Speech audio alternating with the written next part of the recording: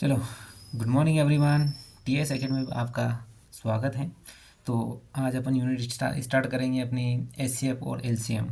ठीक है, highest common factor and lower common multiplication. ठीक है, चलो। तो अपनी पहली यूनिट अच्छे से समाप्त हो गई है और मैंने उसमें 5 पार्ट कराए हैं, बिल्कुल बेसिक से हाई गया। सारी कंपटीशन के लिए आप उसको देख सकते हैं, प्लेलिस्ट इसमें बना दी मैंने, उसमें आराम से जाके आप बिल्कुल पाँचों उसके पार्ट दे सकते हैं ना। चलो ठीक है, एलसीएम। तो क्या होता है एलसीएम और एचसीएफ, इसके बारे में देखिए। देखो, अपने पास जैसे अपने पास कोई भी नंबर है, जैसे मैंने ले लिया मेरा ये 12। ठीक है, मैंने 12 ले लिया। इस 12 को अगर मैं 4 से डिवाइड करता हूँ, 12 को अगर मैं 4 से डिवाइड करता हूँ, ठीक है, 12 को अगर मैं 4 से डिवाइड करता हूँ तो इस 4 को इस 12 का गुणनखंड कहते हैं। ठीक है, गुणनखंड कैसे कहते हैं? जैसे 3 और 4 इससे मिलकर बना है 12। ठीक है, यानी ये कैसे बना? इन दोनों के गुणनखंड से ही तो 12 बना है। ठीक है, इन दोनों के गुणनखंड से ही 12 बना है। ठीक ठीक है, कहने का ये मतलब है कि इस 4 को और इस 3 को 12 का गुणनखंड कहते हैं। ठीक, और इस 12 को इन दोनों का गुणज कहते हैं। गुणज का मतलब इन दोनों से मिलकर बना है तो इन दोनों का गुणज है। और ये 3 और 4 का गुणनखंड ही 12 बनेगा, ने 12 का ये गुणज होंगे। ठीक है, ठीक। तो इसकी डेफिनेशन अपन ऐसे समझ सकते हैं, जैसे अपन ने एक चर मान लिया ए और बी। ठीक ठीक हो, तो यदि इस ए बी को पूर्णतः विभक्त करे तो ए को बी का गुणनखंड कहते हैं। मैंने अभी समझाया, उसी हिसाब से इस ए को बी का गुणनखंड कहते हैं। ठीक ठीक है, और बी को ए का गुणज कहते हैं। ठीक, बी को ए का गुणज कहते हैं।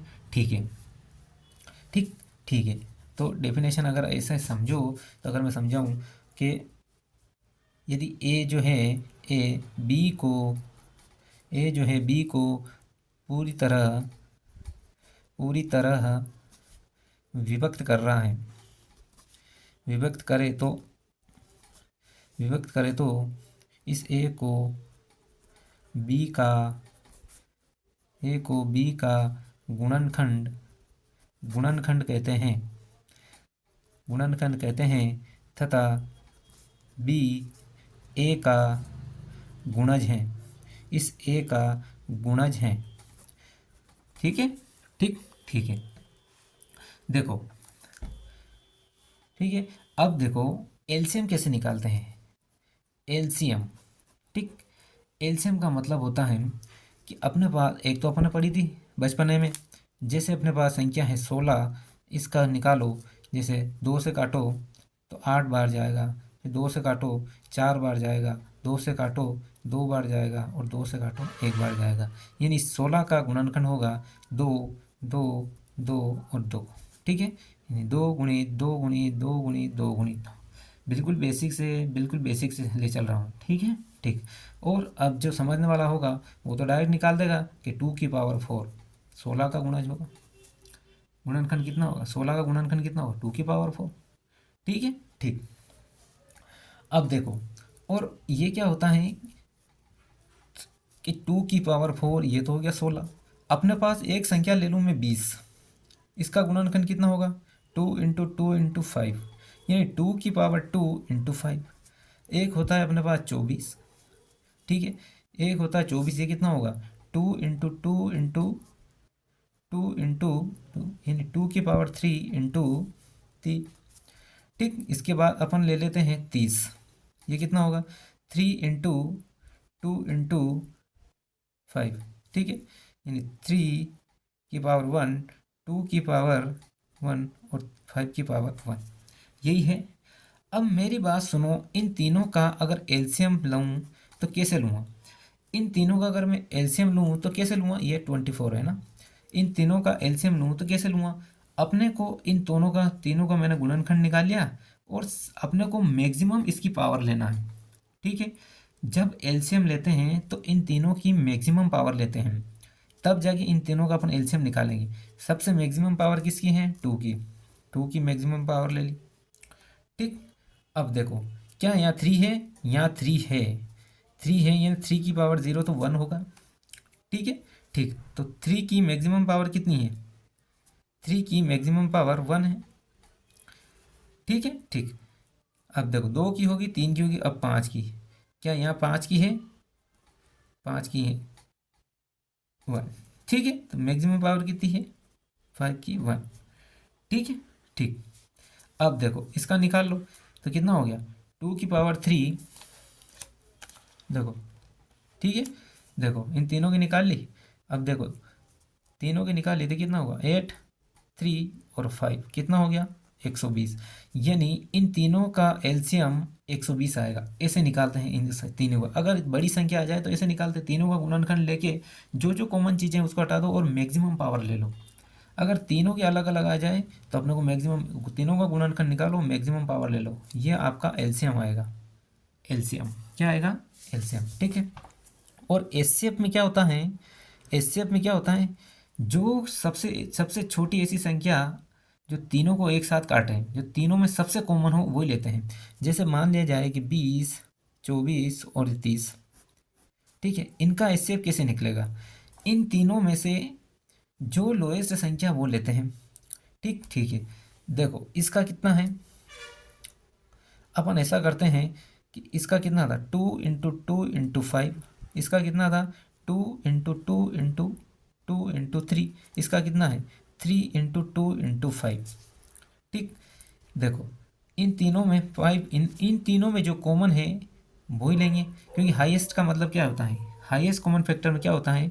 जो तीनों को एक साथ डिवाइड कर दे, वह संख्या लेनी है जो इन तीनों को एक साथ डिवाइड कर दे, जो उन तीनों में कॉमन हो। इन तीनों में कॉमन क्या आ रही है? इन तीनों में कॉमन आ रहा है तो 2। ठीक है, 2 को काट दूँ मैं, 2 को आ रहा है। ठीक, क्या इसमें 3 है? इसमें 3 है, क्या इसमें 3 है? इसमें 3 है, इसमें 3 है नहीं, तो फिर 3 नहीं ले सकते। तीनों में जो कॉमन संख्या आएगी, हाईएस्ट कॉमन फैक्टर में जो तीनों में कॉमन आएगी, वो तीनों लेते हैं अपन। ठीक है, इस शेप में ये है। बिल्कुल बेसिक से समझा रहा हूँ, अच्छे से समझो भाई। इन तीनों में कॉमन क्या है? 2, 2 ले लिया। हाईएस्ट कॉमन फैक्टर में जो तीनों में कॉमन आए वही चीज़ लेते हैं, जो तीनों में कॉमन आए वही लेते हैं। ठीक है, तो इससे मैं कॉमन क्या आ रहा? 2, तो 2। तो इसका यानी 20, 24 और 30, इनका हाईएस्ट हाईएस्ट कॉमन फैक्टर कितना होगा? 2। तो यह ओनली ऑन 2 इसका कॉमन फैक्टर होगा। जो तीनों में सेम है वही संख्या लेते हैं। ठीक, ठीक है। आगे आगे वाली संख्या देखो, देखो जैसे अपन ने ले लिया, जैसे ये 32 है, ये 16 है और 4 है। इन तीनों का अगर एचसीएफ निकालूं, तीनों का एचसीएफ निकालूं तो कितना आएगा?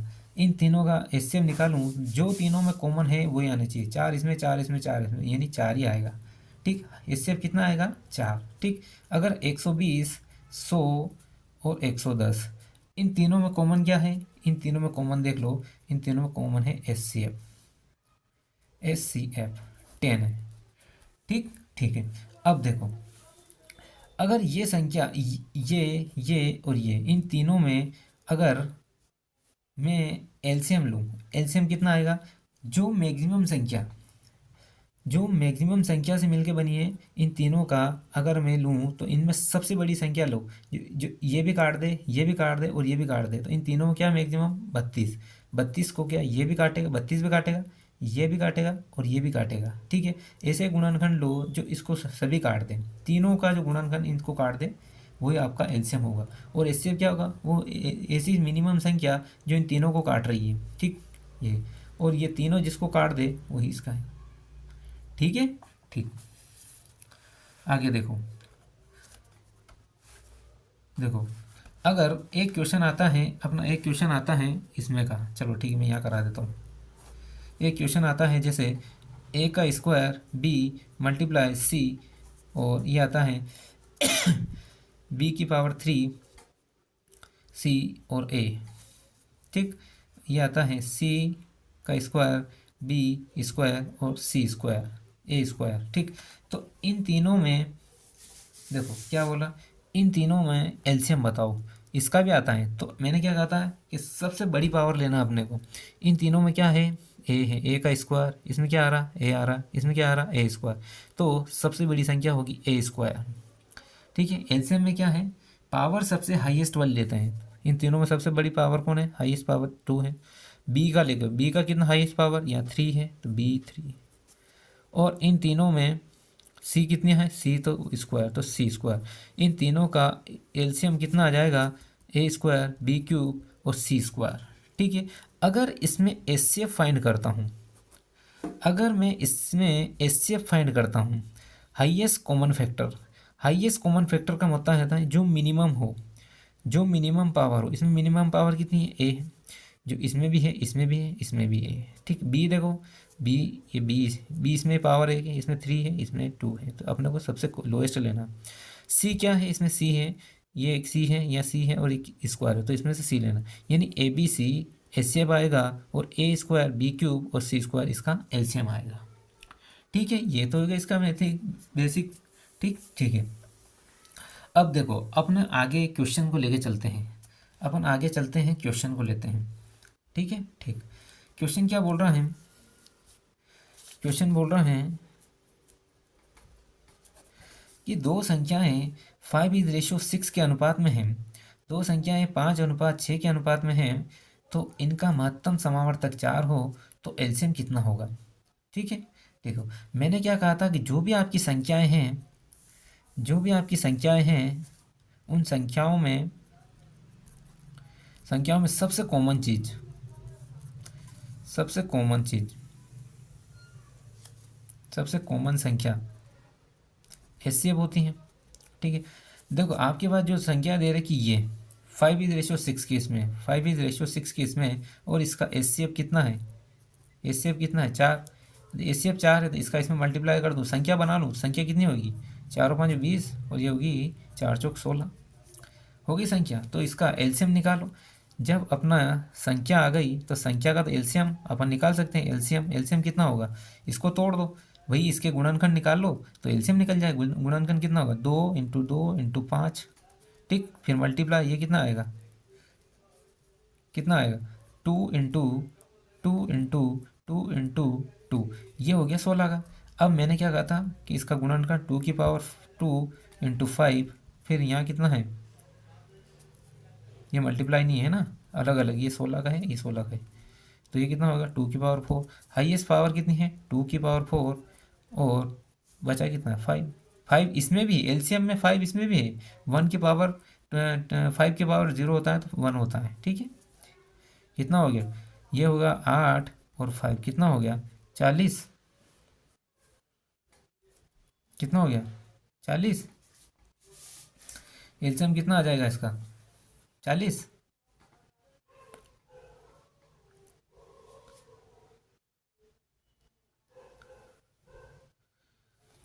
तो इसका एलसीएम कितना हो जाएगा 40, 40 इसमें नहीं है, शायद यहाँ गलती हो गया, ये 40 लिखना था, ये आंसर आएगा इसका। ठीक है, 40 माने लिखा मैंने, 40 गलती हो गया था।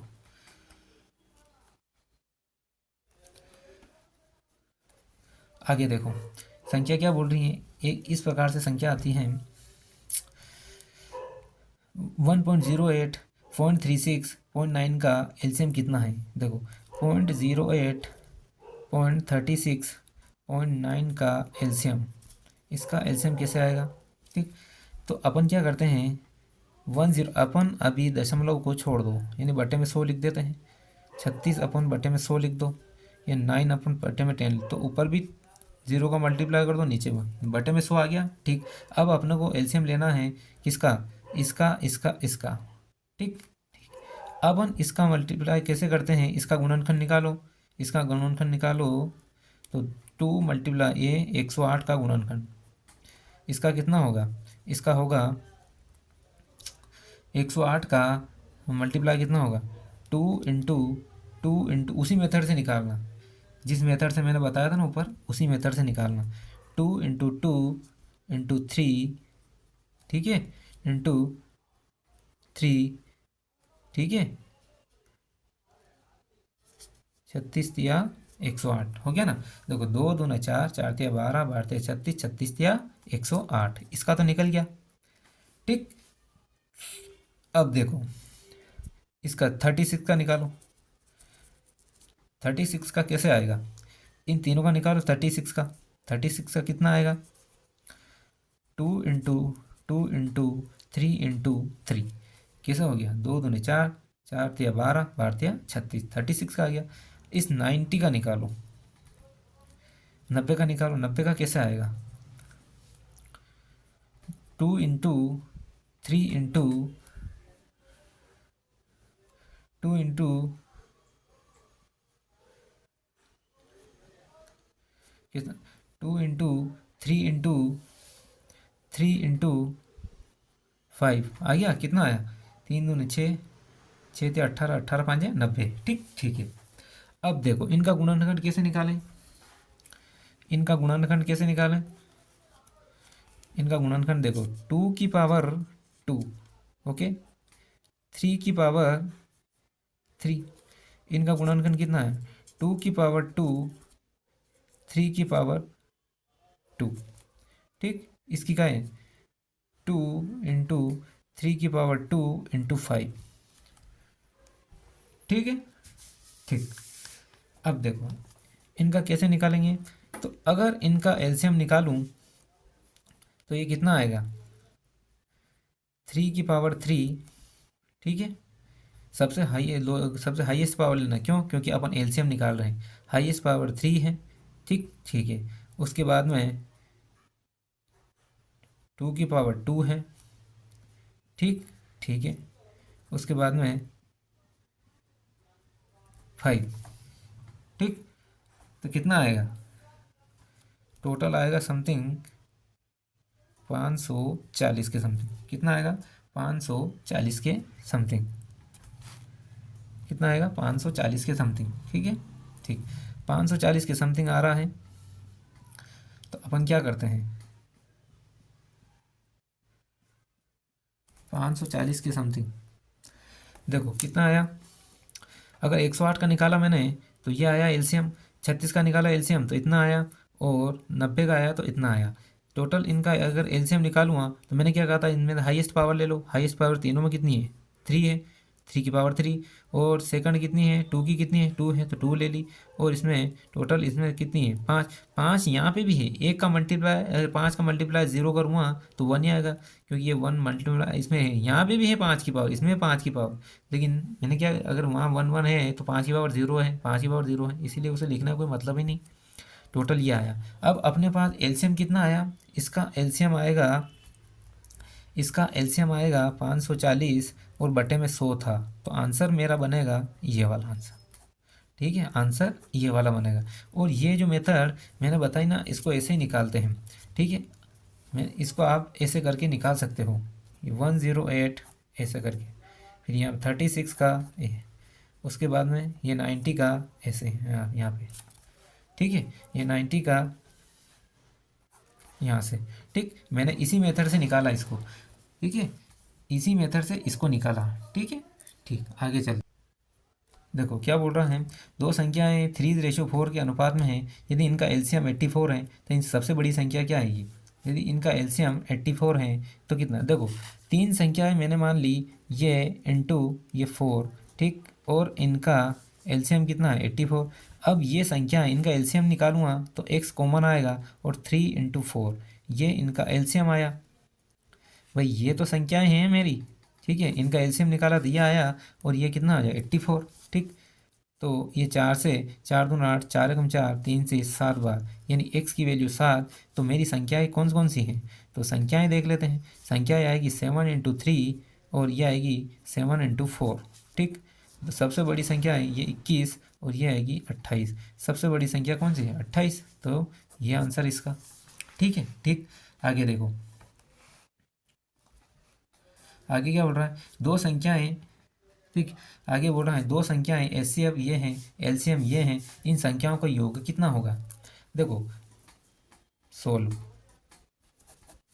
क्या बोल रहा है, दो संख्याएं ये हैं। देखो मैंने मान ली है कि संख्या एक्स और वाई का गुणज है, एक्स और वाई का गुणज है। तो अपन संख्या बना लेते पहले, ये तो ही 29x। भाई एचसीएफ क्या होता है, संख्या से, भाई संख्या क्या है, हाईएस्ट कॉमन फैक्टर। तो मैंने संख्या एक्स और वाई मान ली, तो इसको संख्या बनाने का तरीका देखो, ये लो, सबसे हाईएस्ट कॉमन फैक्टर रहता है, इससे संख्या बन जाती है। और यह संख्या जो है यह एचसीएफ और एलसीएम के गुणनखंड के बराबर होगी। भाई यही तो रूल बोलता है कि संख्याओं का गुणनखंड किसके बराबर होगा, एचसीएफ और एलसीएम के। इस 29 से ये गया, इस 29 से ये गया, ये जाएगा 143 के बराबर। ठीक है, यानी एक्स सॉरी, और इनका गुणनखंड कितना होगा 11 इंटू 13, ये आएगा संख्या। ठीक ठीक है, अब एक्स और वाई का मल्टीप्लाई ये है, यानी एक्स बराबर मैं मान लूँ 11, वाई बराबर मैंने मान ली 13, दोनों का मल्टीप्लाई है तो ये संख्या मान ली मैंने। ठीक, तो अपन ने संख्या क्या बनाई थी ये, तो 29 इंटू 11 प्लस 29 इंटू 13, दोनों का योग पूछा तो 29 कॉमन आ गया, और इन दोनों क्या है 11 प्लस 13। ठीक है, तो 29 इंटू 24। ठीक, तो ये संख्या,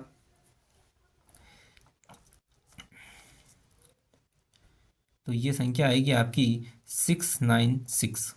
ठीक है, ये संख्या आएगी।